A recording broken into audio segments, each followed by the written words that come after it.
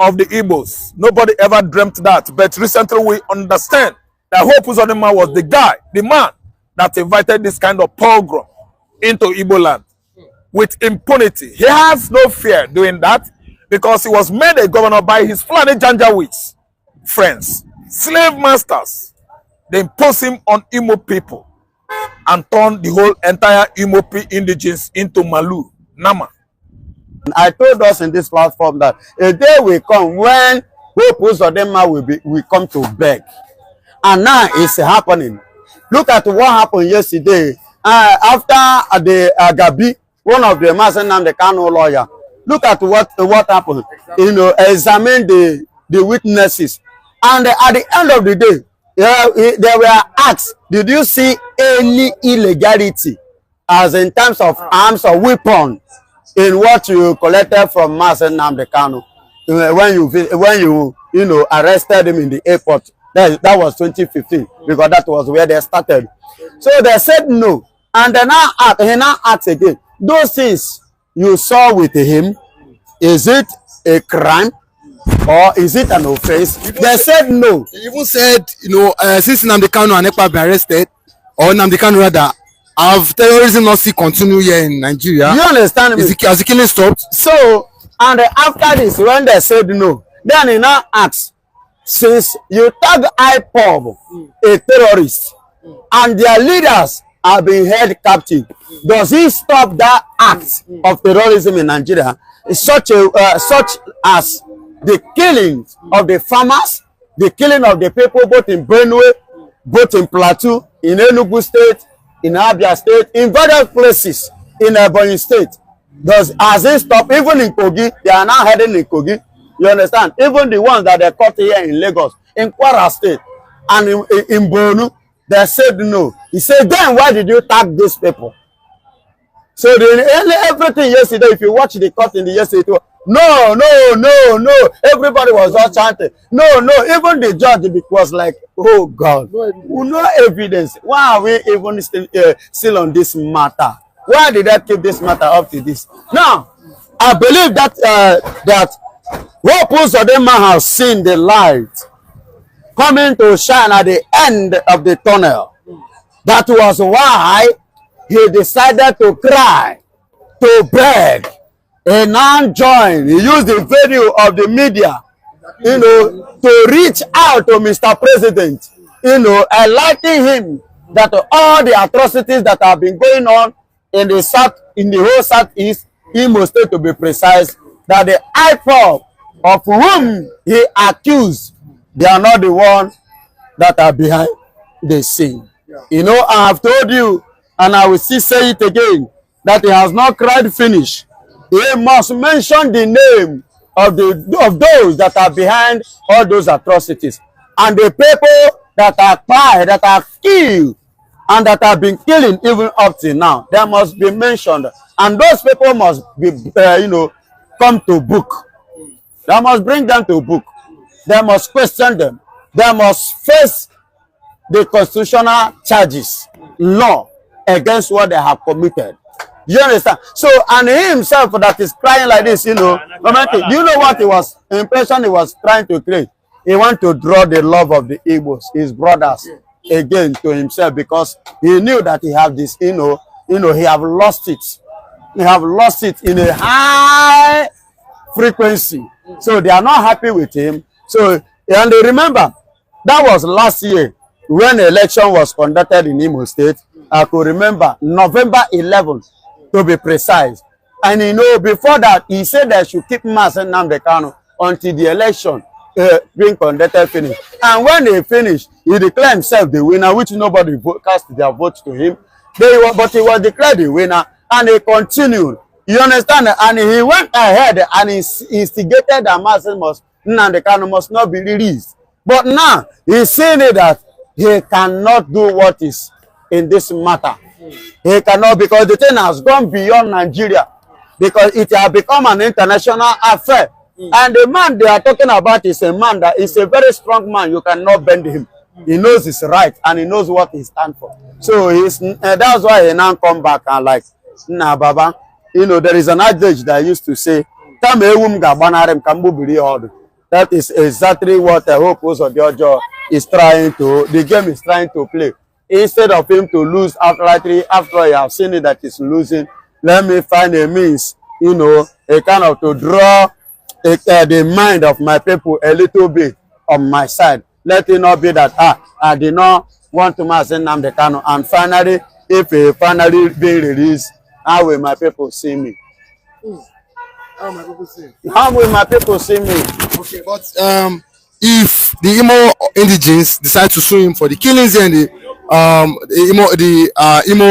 Imo for in Imo State, do you think that they are wrong or right? If they We decide are going to judge him. Anyị nwa ga-ekpe ikpe ya. Ikpe hope Uzodima nọ na cupboard na-eche ka emechagodu emechazie anyị agwụ ya nye ọnọdụ ọ ga-anọ n'ala Igbo. That which is claiming he must go and meet them. Those Fulani, he must remain in Abuja. He must remain in Abuja. All this one that he is doing is none of our business. He must remain in Abuja, die in Abuja, buried in Abuja. His children generation must become an Abuja people. Fulani, he shall become, and he must remain. All this that he's doing doesn't have meaning to us, and that is where I rest my case. it doesn't have meaning? It doesn't have meaning. It means nothing to us. But some will say he's serving in Abuja because he's the leader of the APC governor forum for the South there Is it the governor of Abuja or governor of Imo State? but it's working closely with the president. Excuse me, don't say so. Is it the vice president? Is it the third man in the country? So why are you saying he's serving? Is it the only governor in the whole Nigeria? Let him go to Imo State, and what is chasing him? Other governors are in their state, but because of the atrocity which he has committed, that was what it was chasing him. He was running. Had it been that his ways are pure, his hope is Alex Oti not in Abia State. He's in Abia State doing the work which he's supposed to do, that they elected him for. Why is he running? Because he knows what he has committed. So, which he will later come back and face it. Yes, he must face it. Hope Uzodima, Nigeria will not judge you. We, the Biafrans, are the one that are going to judge you. I'm going to after all, Ombotosho James Omotoso yesterday said, whatsoever a man sow, you understand, that shall he reap. He said, anything you do here on earth, you will do what? You will reap it. Only God knows where he will. Uzodima knew what he was doing. Uzodima have seen the handwriting on the wall that by and by Nnamdi Kanu will be out. And this is what Nnamdi Kanu have said before. Let me get out from this dungeon. Give me only 2 minutes. I will stop the killings in Biafra land. Uzodima knew that he is part of those Nnamdi Kanu will stop. Because 75% of the killing in Igbo land, people were suspecting that it's caused by Uzodima through his Ebubago. Is it not Uzodima who wanted the employers to Dukubo as well as our boys to become Kimbo State to kill? Is it not Uzodima? It's Ebubago, I go house to house killing people. Is it not Uzodima part of Uzodima men? Ebubago, part of those people joining hand with the Fulani herdsmen, killing the people in Imo State. And he think that life will continue like that. You don't know or remember there's a day for judgment. Now we have seen that the day of judgment is approaching. They're trying to make a twist. But the Igbos, this is the problem they have. Igbos, they soon forget. They forget so quickly. Immediately, Igbo man wound is healed. Then he's able to make some little business. He forget the past immediately. He will not remember where rain start beating him. He will not remember where rain start falling him. If not so, Tell me the God Uzodima will come now and start preaching gospel to Igbos. When Igbos are doing that preaching gospel, he say kill them, kill them. Now how can he come? A person under the creed of the people that are preaching gospel, now you come now want to preach the gospel. Do you think that people will listen to you? Because my people so easily forget. If not so, they will not have listened to Uzodima. I also what I'm saying. Uzodima who give IDP camp settlement of Fulani herdsmen in Imo State. Is it because they stop people rise up and stop it? Eh? Because the mayhem Uzodima caused to the whole Igbo people is worse than what Zik have done to Igbo people. It's worse. What Zik have done to Igbo people? It's worse than what Zik have done to Biafrans. Now Uzodima is coming to preach gospel of good relationship, gospel of goodness. If they started to be that the preacher, if Uzodima started become a repented governor. Okay, no, okay, I can see. We have a repented Boko Haram. Now we are going to have repented governors in Southeast. Eh? When he was dragging, boasting, as if he is God in Imo State, don't he know that he is ordinary mortal body? He's ordinary mortal human being. He has the flesh and blood. Is it not his wife or parenting say, Igbo youth, male and female, she could not marry her Fulani? Is it not what you're champion Fulani cause in Imo State? You see, when you throw ball on the wall, it will surely bounce back onto you. This is what happened to Uzodima now. His sin will find him out. There's no justification for Uzodima. The blood of innocent people, he used Ebubag and federal might to share in Imo State. Those blood will continue to cry against him. Because I've seen that Nnamdi Kanu will be soon released. As this we are going, as this we are moving on. You have seen now that his days are numbers as a governor of Imo State. His days are numbers. Then he tried to make adjustments. Let him go aside from the beginning. From the election he read, he used a Supreme Court to read. Igbo people vote Ihedioha, not him. He went and used Supreme Court to read the election. Let him go aside from that place to begin amendments. Let him start from that place. Let him go and set that from the Dean Amendment. Let him go and tell Appeal Court, Supreme Court, to restore Ihedioha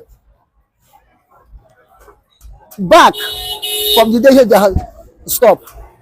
And let all he collected there as a governor be formed out. And let the souls he have killed as a tyrant, Idi Amin of Imo State, let that soul come back to life. Then I will know that he's really looking for good.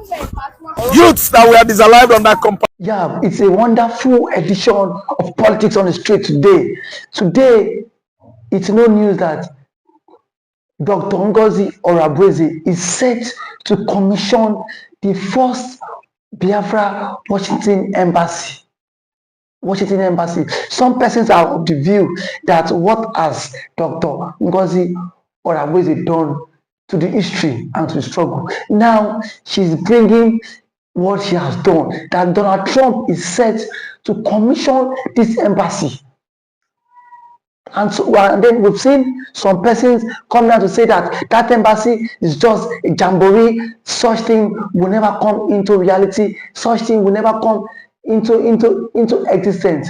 But the truth of the matter is that these people, are they not tired of the Fulani killings in Nigeria? Are they not tired? Just of recent, some days ago, a Fulani invaded Plateau State and killed over 16 people. Plateau State is now a mine zone whereby the Fulani can easily perpetrate their acts. And now nobody, even the government, is not coming out to condemn this killing. We don't know if the government indirectly or directly they are the ones sponsoring this killing. And now we've seen someone who has taken over this freedom, this agitator, all to ourselves to make it a reality. And yet, some persons are still coming out to condemn this woman, saying that this woman cannot, she cannot lead the Biafra struggle. Then tell me, who is then fit to lead the struggle? Now that Mazi Samonepa has been given some restrictions of social media, and now we've seen someone who has come out of our own free will to lead this struggle, and some Igbo leaders are saying that will not become a reality. What does the Ohaneze Indigo really want? What does the Igbo's elders who have been bribed by this government, what do they really want? They want everybody in the entire race to be wiped out, so that nobody can come out and speak about the illegal mines in the southeast, where army, where we've seen some identified persons being killed on a daily basis. And now nobody is coming out to condemn the killing. And yet Dr. Ngozi Oravweze is making moves. And yet we've seen leaders, the Igbo leaders, coming out to condemn that move. The truth of the matter is, the enemy of a man is within his household. And we've seen that those who are against the Biafra struggles are not even outsiders. They are mostly people, even from the Igbo race. When Dr. Ngozi Oravweze announced that they are set to commission the Washington DC Biafran embassy, and that it will be done by the US President Donald J. Trump. We've seen Bianca Ojukwu tweets saying it is a lie from the pit of hell. Why don't you wait until that becomes a reality? Why can't you wait until it becomes a reality? The same people that was being used to kidnap Mazi Nnamdi Kanu all the way from Kenya, the same people that was being used to orchestrate the illegal arrest of Mazi Samonepa. And now we've seen a woman championing this case, this cause for referendum. And those who were supposed to champion this cause for referendum have even sold out in the freedom. They've sold out. What is it? Indigo have sold out. Southeastern governors have sold out, despite the killings in their domain, despite what is happening in their domain. Nobody is coming out to confront the government and tell them enough is enough. What we have today is people who are only after their own tummy, their own stomach. Is this how Mazi Nnamdi Kanu stood for the Biafra cause? Mazi Kanu stood for it with his life, despite the pains that man is going through today. The man has not renounced the struggle for Biafra.